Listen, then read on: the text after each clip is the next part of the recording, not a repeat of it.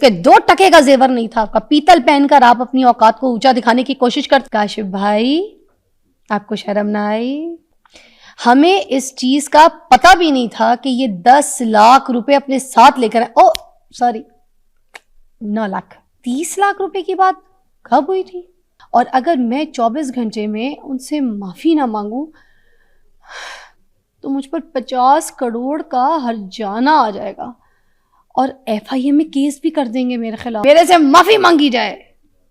किस चीज की माफी? किस सबूत के साथ? क्या सबूत क्या आपके साथ? सबूत क्या आपके पास? और हाँ, वीडियो डिलीट कभी भी नहीं।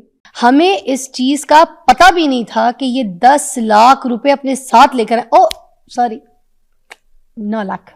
कि ये 9 लाख रुपए अपने साथ लेकर आएंगे, करोड़ों रुपए के जेवर ये कहकर पहने कि ये जो है असली सोना है और उसमें वो पीतल निकले।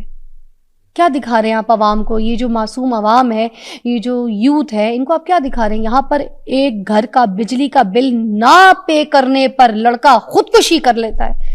एक मासूम जवान लड़का अपनी बहन की शादी की तकरीब, अपने उसके अखराजात, उसकी बहन के जहेज, उसकी बहन की चीज़ें पूरी ना करने पर वो खुदकुशी कर लेता है क्योंकि उसके पास पैसे नहीं होते।